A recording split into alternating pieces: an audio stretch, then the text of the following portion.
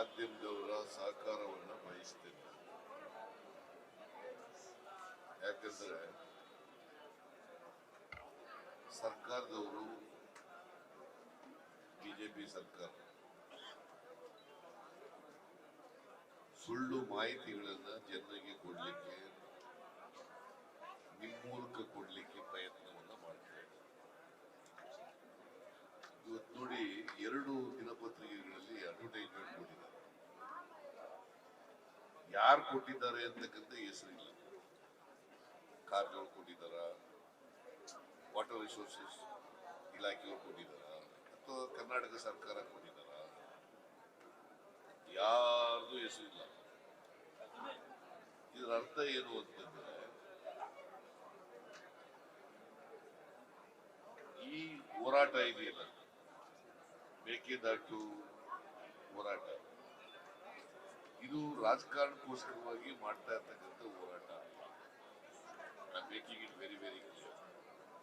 ಯಾಕಂದ್ರೆ 3ನೇ ಅಲೆ ಪ್ರಾರಂಭ ಮಾಡೋದಕ್ಕಿಂತ ಮುಂಚಿತವಾಗಿಯೇ ನಾವು ಸುಮಾರು 1.5 ತಿಂಗಳಿಗಿಂತ ಹಿಂದೆ, 2 ತಿಂಗಳೇ ಆಗಿರ್ಬೇಕು, 2 ತಿಂಗಳುಗಳಾಗಿದೆ. 2 ತಿಂಗಳ ಹಿಂದೆನೆ ನಾನು, ಡಿ ಕೆ ಶಿವಕುಮಾರ್ ಅವರು ಇಬ್ಬರು ಈ ಮೇಕೆದಾಟು ಯೋಜನೆ ಅನುಷ್ಠಾನಕ್ಕೋಸ್ಕರವಾಗಿ ಪಾದಯಾತ್ರೆ ಮಾಡ್ತೀವಿ. ಅದು ನಾವಿಬ್ಬರೇ ತೀರ್ಮಾನ ಮಾಡುತ್ತಲ್ಲ, ಸೀನಿಯರ್ ಲೀಡರ್ಸ್ಗಳ ಜೊತೆ ಚರ್ಚೆ ಮಾಡಿ ಆಮೇಲೆ ತೆಗೆದುಕೊಂಡಂತ ನಿರ್ಣಯ. ಇವತ್ತು ಈ ರಾಜ್ಯದ ಜನರಿಗೆ ಅನ್ಯಾಯ ಮಾಡ್ತಾ ಇರ್ತಕ್ಕಂಥವ್ರು, ದ್ರೋಹ ಮಾಡ್ತಾ ಇರ್ತಕ್ಕಂಥವ್ರು, ವಿಳಂಬ ದ್ರೋಹ ಮಾಡ್ತಾ ಇರ್ತಕ್ಕಂಥವ್ರು ಭಾರತೀಯ ಜನತಾ ಪಕ್ಷ, ಬಿಜೆಪಿ ಸರ್ಕಾರ. ಇವರು ಅಧಿಕಾರಕ್ಕೆ ಬಂದು 2.5 ವರ್ಷಗಳಾಯಿತು. ಮೇ 26ರಲ್ಲಿ ಯಡಿಯೂರಪ್ಪನವರು ಮುಖ್ಯಮಂತ್ರಿ ಆದರು. ಈ ಜನವರಿ 26ಕ್ಕೆ 2.5 ವರ್ಷ ಆಗುತ್ತೆ. ಈ 2.5 ವರ್ಷದಲ್ಲಿ ಬಿಜೆಪಿ ಸರ್ಕಾರ ಅಧಿಕಾರದಲ್ಲಿದೆ. ಈ ಸರ್ಕಾರ ಅದನ್ನ ಪ್ರಾರಂಭ ಮಾಡಲಿಕ್ಕೆ ಯಾವುದೇ ಪ್ರಯತ್ನವನ್ನ ಮಾಡಿಲ್ಲ. ನೀವೆಲ್ಲ ಕೇಳಿದ್ದೀರಿ ಕಾರಜೋಳ ಅವರಿಗೆ, ನೀವೇನ್ ಮಾಡಿದ್ರಿ ಹೇಳಿ ಅಂತ. ನಾವು ಪ್ರಾಮಾಣಿಕ ಪ್ರಯತ್ನ ಮಾಡ್ತಾ ಇದ್ದೀವಿ. ಏನ್ ಪ್ರಾಮಾಣಿಕ ಪ್ರಯತ್ನ ಮಾಡಿದ್ಯಪ್ಪ? ನಿಮ್ದೇ ಸರ್ಕಾರ ಇದೆಯಲ್ಲ, ಕೇಂದ್ರದಲ್ಲಿ, ರಾಜ್ಯದಲ್ಲಿ ನಿಮ್ದೇ ಸರ್ಕಾರ ಇದೆಯಲ್ಲ. ಒಂದೇ ಒಂದು ಆಗ್ಬೇಕಾಗಿರ್ತಕ್ಕಂಥದ್ದು ಎನ್ವೈರನ್ಮೆಂಟ್ ಕ್ಲಿಯರೆನ್ಸ್ ಆಗ್ಬೇಕು. ಎನ್ವೈರನ್ಮೆಂಟ್ ಕ್ಲಿಯರೆನ್ಸ್ ಮಾಡೋರು ಯಾರು? ಕೇಂದ್ರ ಸರ್ಕಾರದವರು. ಕೇಂದ್ರ ಸರ್ಕಾರ ಯಾವ ಪಕ್ಷ ಕೇಂದ್ರದಲ್ಲಿ, ಯಾವ ಪಕ್ಷ ಸರ್ಕಾರದಲ್ಲಿದೆ? ಬಿಜೆಪಿ ಪಕ್ಷ ಸರ್ಕಾರ. ಒಂದು ವಾರ ಅಥವಾ 15 ದಿನದಲ್ಲಿ ಅದನ್ನು ಕ್ಲಿಯರೆನ್ಸ್ ಮಾಡಿಸ್ಕೊಳ್ಳಿಕ್ಕೆ ಸಾಧ್ಯ ಆಗ್ತಾ ಇದೆ. ಇವತ್ತಿನವರಿಗೆ ಆ ಎನ್ವೈರನ್ಮೆಂಟ್ ಕ್ಲಿಯರೆನ್ಸ್ ಮಾಡಿಸ್ಕೊಳ್ತಕ್ಕಂಥ ಯಾವ ಪ್ರಯತ್ನ ಕೂಡ ಮಾಡಿಲ್ಲ. ಈ ಯೋಜನೆನ ಪ್ರಾರಂಭ ಮಾಡಿದವರು ಕಾಂಗ್ರೆಸ್ ಪಕ್ಷ ಮತ್ತು ಕಾಂಗ್ರೆಸ್ ಸರ್ಕಾರ. 2013 ಸೆಪ್ಟೆಂಬರ್ ತಿಂಗಳಲ್ಲಿ ಎಂ ಬಿ ಪಾಟೀಲ್ ಅವರು ವಾಟರ್ ರಿಸೋರ್ಸ್ ಮಿನಿಸ್ಟರ್ ಆಗಿ ಅವರು ಮೀಟಿಂಗ್ ಮಾಡಿ ಪ್ರಾರಂಭ ಮಾಡ್ತಾರೆ. ಅದಕ್ಕಿಂತ ಮುಂಚಿತವಾಗಿ ನಮ್ಮ ಕಾವೇರಿ ವಾಟರ್ ಬಗ್ಗೆ ಆರ್ಗ್ಯುಮೆಂಟ್ ಮಾಡಲಿಕ್ಕೆ ಸೀನಿಯರ್ ಅಡ್ವೊಕೇಟ್ ನಾರಿಮನ್ ಅವರು ಇರ್ತಾರೆ. ಅವರು ಸಲಹೆ ಪಡ್ಕೊಂಡು ಮಾಡಿದ್ದಾರೆ. ಸೊ ನಾವು ಅದು ಸೆಪ್ಟೆಂಬರ್ 2013ರಲ್ಲಿ ಪ್ರಾರಂಭ ಮಾಡಿದ್ವಿ. ಅದಾದ್ಮೇಲೆ 4G ಎಕ್ಸಾಮ್ಷನ್ ಫೈನಾನ್ಸ್ ಡಿಪಾರ್ಟ್ಮೆಂಟ್ ಇಂದ ಕೇಳಿದ್ರು. ಆಮೇಲೆ ಗ್ಲೋಬಲ್ ಎಕ್ಸ್ಪ್ರೆಷನ್ ಆಫ್ ಇಂಟ್ರೆಸ್ಟ್ ಕರೆದ್ರು. ಅದು ಎಲ್ಲ ಪ್ರೋಸೆಸ್ ಆಗ್ಬೇಕಾದ್ರೆ ಇಟ್ ಟೇಕ್ಸ್ ಟೈಮ್. ಬಟ್ ಪ್ರಾರಂಭ ಮಾಡಿದವ್ರೆ ನಾವು. ಇವ್ರದ್ದೇನು ಕೊಡುಗೆ? ಇವ್ರದ್ದು ಬಿಜೆಪಿ ಅವ್ರದ್ದು. ಹಾಗಾದ್ರೆ 2008ರಿಂದ 2013 ಇದ್ರಲ್ಲ, ಅದು ಪ್ರಾರಂಭ ಮಾಡಿದ್ರ? ಬಿಜೆಪಿ ಅವರು ಪ್ರಾರಂಭ ಮಾಡಿದ್ರ? ಮಾಡಿದವ್ರು ನಾವು. 2000 ಅವೆಲ್ಲ expression global expression of interest ಎಲ್ಲ ಆದ್ಮೇಲೆ DPR ಮಾಡೋದು. ಅದು ಯಾವಾಗ ಮಾಡಿದ್ದು? 2017ರಲ್ಲಿ DPR ಮಾಡೋದು. CWC ಕೊಟ್ಟವರು. CWC ಅವರು ಕೆಲವು ಅಬ್ಸರ್ವೇಷನ್ಸ್ ಹಾಕಿ ನಮ್ಮ ಸರ್ಕಾರಕ್ಕೆ ಕಳಿಸಿದ್ರು. ನಾವು ಮತ್ತೆ ಅದಕ್ಕೆಲ್ಲ ಉತ್ತರ ಕೊಟ್ಟು ಅಷ್ಟೊತ್ತಿಗೆ ನಮ್ಮ ಸರ್ಕಾರ ಹೋಗಿತ್ತು, ಸಮ್ಮಿಶ್ರ ಸರ್ಕಾರ ಬಂದಿತ್ತು. ಆಗ ರಿವೈಸ್ಡ್ DPR ಆಯಿತು. ರಿವೈಸ್ಡ್ DPR, ಪುರಸ್ಕೃತ DPR. ಆಗ DK Shivakumar water resources minister. ಇದಾದದ್ದು 2019 ಜನವರಿ ತಿಂಗಳಲ್ಲಿ. ಇದನ್ನ ಮತ್ತೆ CWCಗೆ ಮಾಡಿದ್ರು. ಅವತ್ತಿನಿಂದ ಇವತ್ತಿನವರೆಗೆ ಹಂಗೆ ಇದೆ. ಯಾವುದೇ ಸ್ಟೇ ಆರ್ಡರ್ ಇಲ್ಲ, ಸುಪ್ರೀಂ ಕೋರ್ಟ್ ಮುಂದೆ ಇಲ್ಲ, ಮತ್ತೆ ಗ್ರೀನ್ ಟ್ರಿಬ್ಯುನಲ್ ಮುಂದೆ ಇಲ್ಲ, water authority, Kaveri water authority ಮುಂದೆ ಇಲ್ಲ.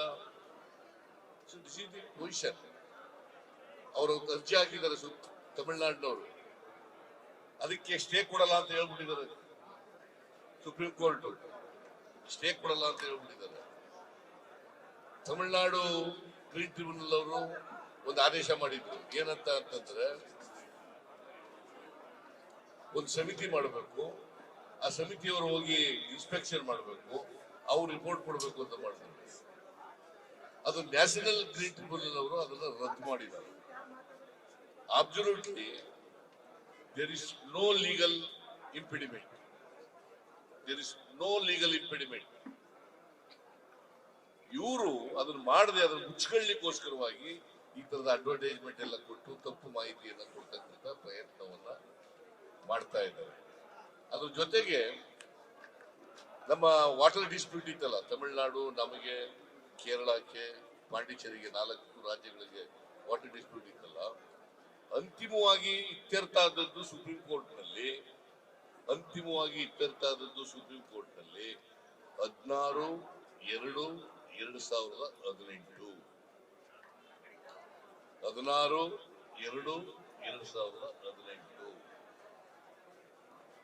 ಇದಾದ್ಮೇಲೆ ಹಿಂದೆ ಟ್ರಿಬ್ಯುನಲ್ ಅವರು ನಮಗೆ ಇದು ಕೊಟ್ಟಾಗ 2007ರಲ್ಲಿ ಅವಾರ್ಡ್ ಮಾಡಿದಾಗ ನಮಗೆ 192 TMC ನೀರನ್ನ ಬಿಳಿಗೊಂಡ್ಲು ಹತ್ರ ಬಿಡಬೇಕು ಅಂತ ಮಾಡಿದ್ರು. ಸುಪ್ರೀಂ ಕೋರ್ಟ್ ನಲ್ಲಿ ನಾವು ಅಪೀಲ್ ಹೋದ್ಮೇಲೆ ಅವರು ಅಪೀಲ್ ಹಾಕಿದ್ರು, ತಮಿಳುನಾಡಿನವರು ಹಾಕಿದ್ರು, ಕೇರಳದವರು ಹಾಕಿದ್ರು, ನಾವು ಹಾಕಿದ್ರು. ಅಪೀಲ್ ಹಾಕಿದ್ಮೇಲೆ 192 TMC ಇಂದ 177.75 TMC ನೀರನ್ನ ಅದು ಇವ್ರಿಗೆ ತಮಿಳುನಾಡಿಗೆ ಬಿಡಬೇಕು, ಬಿಳಿಗುಂಡ್ಲು ಅಂತ ಹೇಳಿದ್ದಾರೆ. ತಮಿಳುನಾಡಿನವರು ಆ ನೀರಿಗೆ ನಾರ್ಮಲ್ ಇಯರ್ ನಲ್ಲಿ, I am underlining, normal year ನಲ್ಲಿ ಕೊಡಬೇಕು ಅಂತ ಮಾಡಿದ್ರು. ಮಳೆ ನಾರ್ಮಲ್ ಆಗಿ ಮಳೆ ಆದಾಗ ಕೊಡಬೇಕು, ಬರಗಾಲ ಬಂದಾಗ ಸಂಕಷ್ಟದ ಸೂತ್ರ ಅನುಸರಿಸಬೇಕು. So this is the position. ಈಗ ಈ ಫೈನಲ್ ಆರ್ಡರ್ಸ್ ಆದ್ಮೇಲೆ, ಸುಪ್ರೀಂ ಕೋರ್ಟ್ ನಲ್ಲಿ ಆದೇಶ ಆದ್ಮೇಲೆ, ಈಗ ನಮಗೂ ಅವ್ರಿಗೆ ಯಾವುದೇ ಡಿಸ್ಪ್ಯೂಟ್ ಇಲ್ಲ, ತಮಿಳುನಾಡಿಗೂ ನಮ್ಗೆ ಯಾವುದೇ ಡಿಸ್ಪ್ಯೂಟ್ ಇಲ್ಲ. ನಮ್ಮಲ್ಲಿ ನೀರು ಮಳೆ ಬೀಳ್ತದಲ್ಲ, ಆ ನೀರನ್ನು ಶೇಖರಣೆ ಮಾಡೋದು ಮೇಕೆದಾಟಿನಲ್ಲಿ.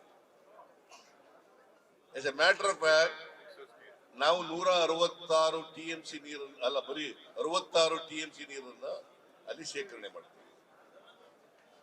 ಅದು ಕುಡಿಯ ನೀರು ಪ್ರಾಜೆಕ್ಟ್. ಅದು it is not A irrigation project. ಯಾವಾಗಲೂ ಕುಡಿಯ ನೀರಿನ ಪ್ರಾಜೆಕ್ಟ್ಗೆ ಪ್ರಯಾರಿಟಿ ಇರ್ತದೆ. ಸುಪ್ರೀಂ ಕೋರ್ಟ್ನವ್ರು ಹೇಳಿದ್ದಾರೆ ಪ್ರಯಾರಿಟಿ ಕೊಡಬೇಕು ಕುಡಿಯ ನೀರಿನ ಯೋಜನೆಗೆ ಅಂತ. ಸೊ ಇವರು ವಿರೋಧ ಮಾಡ್ಲಿಕ್ಕೆ ಬರೋದೇ ಇಲ್ಲ. ನಮ್ಮ ನೀರು ನಾವು ಶೇಖರಣೆ ಮಾಡ್ಕೊತೀವಿ, ಅಲ್ಲಿ ವಿದ್ಯುತ್ ತಯಾರು ಮಾಡ್ತೀವಿ, 400 ಮೆಗಾವ್ಯಾಟ್ ವಿದ್ಯುತ್ ತಯಾರು ಮಾಡ್ತೀವಿ. ಆ ವಿದ್ಯುತ್ ತಯಾರು ಮಾಡಿದ ಮೇಲೆ ಆ ನೀರು ಎಲ್ಲಿಗೆ ಹೋಯ್ತದೆ? ಲೋಯರ್ ರೈಫೈನಿಯರ್ ಸ್ಟೇಟ್ಗೆ ಹೋಯ್ತದೆ, ತಮಿಳುನಾಡಿಗೆ ಹೋಯ್ತದೆ. ನಮಗೆ ಬರಲ್ಲ, ಮೇಲಕ್ಕೆ ಬರಲ್ಲ, ಕೆಳಕ್ಕೆ ಹೋಯ್ತದೆ. ಆಮೇಲೆ ಮಳೆಗಾಲ ಇಲ್ಲದೆ ಇರ್ತಕ್ಕಂಥ ಸಂದರ್ಭದಲ್ಲಿ ಮಾರ್ಚ್, ಏಪ್ರಿಲ್, ಮೇ ಈ ತಿಂಗಳುಗಳಲ್ಲಿ ನಾವು ಇಲ್ಲಿ ರಿಸರ್ವಾಯರ್ ನಲ್ಲಿ, ಮೇಕೆದಾಟು ರಿಸರ್ವಾಯರ್ ನಲ್ಲಿ ನೀರು ಶೇಖರಣೆ ಮಾಡ್ಕೊಂಡ್ರೆ ತಮಿಳುನಾಡು ಕೊಡಬೇಕಾದಂತ ನೀರು ಕೂಡ ಕೊಡಕ್ಕೆ ಅನುಕೂಲ ಆಗುತ್ತೆ. ಸೊ ಜೊತೆಗೆ ಬೆಂಗಳೂರು ನಗರದಲ್ಲಿ 30% ಜನರಿಗೆ, more than 30% of the Bengalurians Kaveri ನೀರು, ಕುಡಿಯ ನೀರಿಲ್ಲ. ಇಟ್ಸ್ ಎ ಗ್ಲೋಬಲ್ ಸಿಟಿ ಅಂತ ಕರಿತೀವಿ ನಾವು. ನೀರು ಕೊಡಬೇಕೋ ಬೇಡ? ಇದು ಮಾಡೋದ್ರಿಂದ, ಈ ಪ್ರಾಜೆಕ್ಟ್ ಮಾಡೋದ್ರಿಂದ ಇನ್ನು ಮುಂದಿನ 50 ವರ್ಷದವರೆಗೆ ಕುಡಿಯ ನೀರು ಸಮಸ್ಯೆ ಬರಲ್ಲ ಬೆಂಗಳೂರು ನಗರದಲ್ಲಿ. ಜೊತೆಗೆ 2.5 ಕೋಟಿ ಜನರಿಗೆ ಅನುಕೂಲ ಆಗ್ತದೆ. 2.5 ಕೋಟಿ ಜನರಿಗೆ ಅನುಕೂಲ ಆಗ್ತದೆ. ಇದು ಜನಪರವಾದಂತ ಯೋಜನೆ. ನಾವು ರಾಜ್ಯದ ಹಿತದೃಷ್ಟಿಯಿಂದ, ಜನರ ಹಿತದೃಷ್ಟಿಯಿಂದ ಮಾಡ್ತಾ ಇರ್ತಕ್ಕಂಥದ್ದೇ ಹೊರತು ರಾಜಕಾರಣಕ್ಕೋಸ್ಕರವಾಗಿ ಮಾಡ್ತಾ ಇಲ್ಲ. ಬಿಜೆಪಿ ಸರ್ಕಾರದವರು ಹೇಳ್ತಕ್ಕಂಥದ್ದು ಶುದ್ಧ ಸುಳ್ಳು. ನಾವು ಮಾಡುವಾಗ ಬಿಕಾಸ್ ಹಿಂದೆ ಘೋಷಣೆ ಮಾಡಿದ್ದೀವಿ, ನಾವು 3ನೇ ತಾರೀಕು ಬೆಂಗಳೂರು ಮೈಸೂರಿನಲ್ಲಿ ಜಾಯಿಂಟ್ ಪ್ರೆಸ್ ಕಾನ್ಫರೆನ್ಸ್ ಮಾಡಿ ನಾನು ಮತ್ತೆ ಡಿ ಕೆ ಶಿವಕುಮಾರ್ ಇಬ್ಬರು will go ahead with the padayatra ಅಂತ ಹೇಳಿದ್ವಿ. ಪಾದಯಾತ್ರೆ ಯಾವ ಕಾರಣಕ್ಕೂ ನಿಲ್ಲಿಸಲ್ಲ, ಮಾಡ್ತೀವಿ ಅಂತ ಹೇಳಿದ್ವಿ. ಈಗ ಕೊರೋನಾ ಕೋವಿಡ್ ನಿಯಮಾವಳಿಗಳಿದಾವಲ್ಲ, ಅದನ್ನ ಮುಂದಿಟ್ಟುಕೊಂಡು ನಮ್ಮನ್ನ ಇದನ್ನ ಸ್ಕಟ್ಲ್ ಮಾಡ್ಲಿಕ್ಕೆ, ನಮ್ಮ ಪಾದಯಾತ್ರೆಯನ್ನು ಸ್ಕಟ್ಲ್ ಮಾಡ್ಲಿಕ್ಕೆ ಪ್ರಯತ್ನವನ್ನ ಮಾಡ್ತಾ ಇದ್ದಾರೆ. ಈಗ ರಾಮನಗರ ಜಿಲ್ಲೆಯಲ್ಲಿ ನಿರ್ಬಂಧ ಇರೋದಲ್ಲಿ ಕೋವಿಡ್ ಕಾರಣಕ್ಕೋಸ್ಕರ ನಿರ್ಬಂಧ ಹಾಕಿರೋದು. ಇಡೀ ರಾಜ್ಯದಲ್ಲಿ ಹಾಕ್ಬೇಕಾಗಿತ್ತಲ್ಲ. Why they you have clamped 144 section only in Ramnagar district? Why not in the remaining parts of the state? So this is the situation. ಇದರಿಂದ ಇವರು ದುರುದ್ದೇಶದಿಂದ, ಇವ್ರ ಬಣ್ಣ ಬಯಲಾಗತ್ತೆ ಅಂತ ಕಾರಣದಿಂದ, ಇವರು ತಪ್ಪನ್ನ ಮುಚ್ಕೊಳ್ಳೋಕ್ಕೋಸ್ಕರವಾಗಿ ಈ ಪಾದಯಾತ್ರೆಯನ್ನ ಹೇಗಾದ್ರೂ ಮಾಡಿ ತಡೆಗಟ್ಟಬೇಕು ಅಂತಕ್ಕಂಥದ್ದು ಬಿಜೆಪಿಯವರ ಹುನ್ನಾರ. ಹುನ್ನಾರ ಅನ್ನೋ ಪದ ಉಪಯೋಗಿಸ್ತಾ ಇದ್ದಾರೆ. It's a conspiration by the BJP government. ಅದರಿಂದ ಈ ಹುನ್ನಾರ ಎಕ್ಸ್ಪೋಸ್ ಮಾಡಬೇಕು. ಜೊತೆಗೆ ನಮಗೆ ಕಾನೂನು ಬಗ್ಗೆ ಗೌರವ ಇದೆ.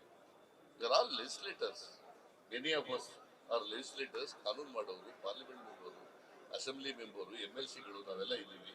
ಕಾನೂನು ಮಾಡೋರು ನಾವು. ಕಾನೂನು ಬಗ್ಗೆ ಗೌರವ ಇದೆ. ನಾವು ಏನ್ ಹೇಳ್ತೀವಿ, ನೋಡಪ್ಪ ನಿಮ್ಮ ನಿಯಮಾವಳಿಗಳೇನು, ಕೋವಿಡ್ ನಿಯಮಾವಳಿಗಳೇನು, ಮಾಸ್ಕ್ ಹಾಕಬೇಕು, ಸ್ಯಾನಿಟೈಸ್ ಮಾಡ್ಕೋಬೇಕು, ಗ್ಲೌಸ್ ಹಾಕಬೇಕು, ಸೋಷಿಯಲ್ ಡಿಸ್ಟೆನ್ಸಿಂಗ್ ಮೇಂಟೈನ್ ಮಾಡಬೇಕು. ಅದನ್ನ ಮಾಡ್ಕೊಂಡು ಮಾಡ್ತೀವಪ್ಪ. ನಮ್ಮ ಕಾರ್ಯಕರ್ತರೆಲ್ಲ ಅದಕ್ಕೆ ಬದ್ಧರಾಗಿದ್ದಾರೆ, ಮಾಡ್ತೀವಿ ಅಂತ ಹೇಳಿದ್ದಾರೆ. ಅದಕ್ಕೋಸ್ಕರ ಸಿದ್ಧತೆಗಳೆಲ್ಲ ನಡೆದಿದ್ದಾವೆ. ಸೊ ಅದು ಮಾಡ್ತೀವಿ. ನಿಮ್ಗೇನ್ ತೊಂದರೆ? ಜನರನ್ನ ಜಾಗೃತಿಗೊಳಿಸ್ಬೇಕ ಬೇಡ? ಇವ್ರು ಮಾಡದಿರ್ತಕ್ಕಂಥ ಅನ್ಯಾಯವನ್ನ ಜನರಿಗೆ ತಿಳಿಸ್ಬೇಕ ಬೇಡ? ನಾವು ಒಂದು ಮೇನ್ ಆಪೋಸಿಷನ್ ಪಾರ್ಟಿಯಾಗಿ it is our responsibility and it is our duty to expose the misdeeds of this government. ಅದಕ್ಕೋಸ್ಕರವಾಗಿ ಪಾದಯಾತ್ರೆ ಮಾಡ್ತಾ ಇದ್ದೀವಿ. ಇದರಲ್ಲಿ ಏನು ನಾವು ಸರ್ಕಾರದ ಆದೇಶಗಳನ್ನ ಉಲ್ಲಂಘನೆ ಮಾಡಬೇಕು ಅಂತಾಗಲಿ, ರಾಜಕೀಯ ಲಾಭಕ್ಕೋಸ್ಕರ ಆಗಲಿ ಮಾಡ್ತಕ್ಕಂಥದ್ದಲ್ಲ. ನಾವು ಈಗ ಬಹಳ ಸ್ಪಷ್ಟವಾಗಿ ಹೇಳಿದ್ದೀವಿ, ನಮ್ಮ ಕಾರ್ಯಕರ್ತರಿಗೂ ಹೇಳಿದ್ದೀವಿ, ನಮ್ಮ ಲೀಡರ್ಗಳಿಗೂ ಹೇಳಿದ್ದೀವಿ. ನಾವು ಎಲ್ಲ ಮಾಸ್ಕ್ ಹಾಕೊಳ್ಳೋಣ, ಡಿಸ್ಟೆನ್ಸ್ ಮೇಂಟೈನ್ ಮಾಡೋಣ, ಸ್ಯಾನಿಟೈಸ್ ಮಾಡ್ಕೊಳ್ಳೋಣ, ಮತ್ತೆ ಗ್ಲೌಸ್ ಹಾಕೋಣ, ಪಾದಯಾತ್ರೆ ಮಾಡೋಣ ಅಂತ ಹೇಳಿದ್ದೀವಿ. ಸೊ ಅದರಿಂದ ನಾವು ನಿಯಮಾವಳಿಗಳನ್ನ ಉಲ್ಲಂಘನೆ ಮಾಡಕ್ ಹೋಗಲ್ಲ. ನಿಯಮಾವಳಿಗಳನ್ನ ನಾವು ಅದನ್ನ ಪಾಲನೆ ಮಾಡ್ಕೊಂಡೇ ಪಾದಯಾತ್ರೆಯನ್ನ ಮಾಡ್ತೀವಿ. ಸೊ ಇದರಲ್ಲಿ ಬಿಜೆಪಿಯವರು ಅವರು ಷಡ್ಯಂತ್ರ ಮಾಡಿದ್ರೆ ಅದಕ್ಕೆ ಆ ಷಡ್ಯಂತ್ರಕ್ಕೆ ಜನ ಉತ್ತರ ಕೊಡ್ತಾರೆ, ನಾವು ಉತ್ತರ ಕೊಡ್ತೀವಿ.